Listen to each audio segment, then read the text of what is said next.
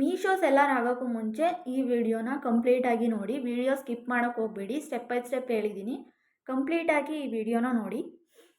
First ನಿಮಗೆ Meesho ಸೆಲ್ಲರ್ಸಲ್ಲಿ first problem ಇದೊಂದು arise ಆಗೋದು ಯಾವುದಂದರೆ ರಿಟರ್ನ್ ಅನ್ನೋದೇ ಇಲ್ಲಿ ಮೀಶೋ ಸೆಲ್ಲರ್ಸ್ಗೆ ಒಂದು ದೊಡ್ಡ ಪ್ರಾಬ್ಲಮ್ ಆಗುತ್ತೆ.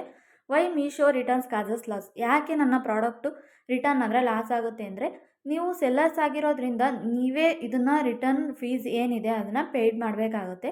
ಬೇರೆ ಪ್ಲ್ಯಾಟ್ಫಾರ್ಮಿಗೆ ಹೋಲಿಸ್ಕೊಂಡ್ರೆ ಮೀಶೋ ಈಸ್ ಕಾಮರ್ಸ್ ಪ್ರಾಡಕ್ಟ್ಗೆ ಬೆಟರ್ ಅಂತ ಹೇಳ್ಬೋದು. ಸೊ ಯಾರೆಲ್ಲ ನನ್ನ ಚಾನಲ್ಗೆ ಫಸ್ಟು ಬರ್ತಿದ್ದೀರಾ ಸಬ್ಸ್ಕ್ರೈಬ್ ಮಾಡ್ಕೊಳ್ಳಿ. ನನ್ನ ವಿಡಿಯೋ ಇಷ್ಟ ಆದರೆ ಲೈಕ್ ಮಾಡಿ. ಫಸ್ಟು ಈ ವಿಡಿಯೋದಲ್ಲಿ ಮೀಶೋ ಸೆಲ್ಲರ್ ಆಗಿ ಕೆಲಸ ಮಾಡಬೇಕಾದ್ರೆ ನಿಮಗೆ ರಿಟರ್ನ್ ಪ್ರಾಬ್ಲಮ್ಸ್ ಬಗ್ಗೆ ಸಂಪೂರ್ಣವಾಗಿ ಇಲ್ಲಿ ಹೇಳಿದ್ದೀನಿ ನಾನು.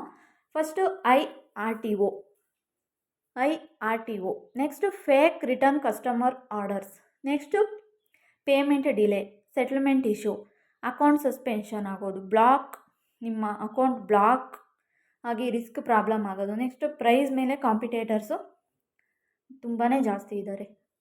First return means RTO to origin.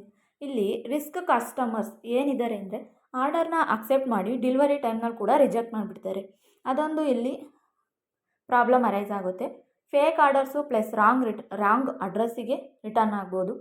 Result ಏನಾಗುತ್ತೆ ಅಂದರೆ ಸೆಲ್ಲರ್ಸ್ಗೆ ಲಾಸ್ ಆಗುತ್ತೆ, ಪ್ಲಸ್ ಅಕೌಂಟ್ ಕೂಡ ರಿಸ್ಕ್ ಆಗುತ್ತೆ. ಅದಕ್ಕೆ ಟಿಪ್ಸ್ ಏನಂದರೆ ಲೋ ಪ್ರೈಸ್ ಪ್ರಾಡಕ್ಟ್ನ ಲೋ ಮಾಡಬೇಕು, ಮತ್ತು ಕ್ಲಿಯರ್ ಪ್ರಾಡಕ್ಟಲ್ಲಿ ಡಿಸ್ಕ್ರಿಪ್ಷನ್ನ ಹಾಕಬೇಕು. ಸೆಕೆಂಡ್ ಬಂದು ಫೇಕ್ ಕಸ್ಟಮರ್ ಆರ್ಡರ್ಸಲ್ಲಿ ಏನಿದೆ ಅಂದರೆ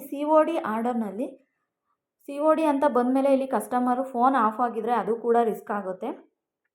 ಇನಿಷಿಯಲಿ ಆರ್ಡರ್ ಮಾಡಿ ಕ್ಯಾನ್ಸಲ್ ಮಾಡಿಬಿಡ್ತಾರೆ. ಶಿಪ್ಪಿಂಗ್ ಪ್ಲಸ್ ಪ್ಯಾಕೇಜಿಂಗ್ ಲಾಸ್ ಮತ್ತು ಸೆಲ್ಲರ್ಸ್ಗೆ ಲಾಸ್ ಆಗುತ್ತೆ.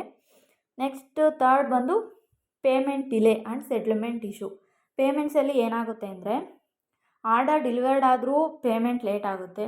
ರಿಟರ್ನ್ ಆರ್ಡರ್ ಅಮೌಂಟ್ ಕೂಡ ಇಲ್ಲಿ ಡಿಡಕ್ಷನ್ ಆಗ್ಬೋದು. ಇದು ಒಂದು ಕೂಡ ಸೆಲ್ಲರ್ಸ್ಗೆ ಪ್ರಾಬ್ಲಮ್ ಆಗುತ್ತೆ. ಅಕೌಂಟ್ ಸಸ್ಪೆಷನ್ ಮತ್ತು ಬ್ಲಾಕ್ ರಿಸ್ಕ್. ಇದರಲ್ಲಿ ಏನಾಗುತ್ತೆ ಅಂದರೆ ಪಾಲಿಸಿ ವಯೋಲೇಷನ್ಸ್ ಆಗ್ತಾ ಬರುತ್ತೆ, ಮತ್ತು ಡೂಪ್ಲಿಕೇಟ್ ಅಕೌಂಟ್ ಆಗುತ್ತೆ.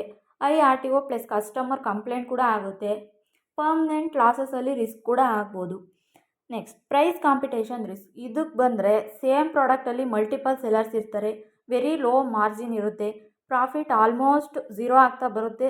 ರಿಸ್ಕ್ ರೆಡ್ಯೂಸ್ ಮಾಡೋದು ಹೇಗೆ? ಕರೆಕ್ಟ್ ಪ್ರಾಡಕ್ಟಲ್ಲಿ ನೀವು ಡೀಟೇಲ್ಸ್ನ ಹಾಕಿ. ಇಷ್ಟು 5 ಮೀಶೋ ಸೆಲ್ಲರ್ಸು ರಿಸ್ಕ್ ಆಗ್ಬೋದು. ಯಾರಿಗೆಲ್ಲ ಈ ವಿಡಿಯೋ ಇಷ್ಟ ಆಯಿತು ಲೈಕ್ ಮಾಡಿ. ಸೊ ನನ್ನ ಚಾನಲ್ನ ಸಬ್ಸ್ಕ್ರೈಬ್ ಮಾಡ್ಕೊಳ್ಳಿ. ಇದೇ ಥರ ನನ್ನ ನೆಕ್ಸ್ಟ್ ವೀಡಿಯೋಸ್ಗೋಸ್ಕರ ನನ್ನ ಸಬ್ಸ್ಕ್ರೈಬರ್ಸು ಫಾಲೋ ಮಾಡಿ. Thank you.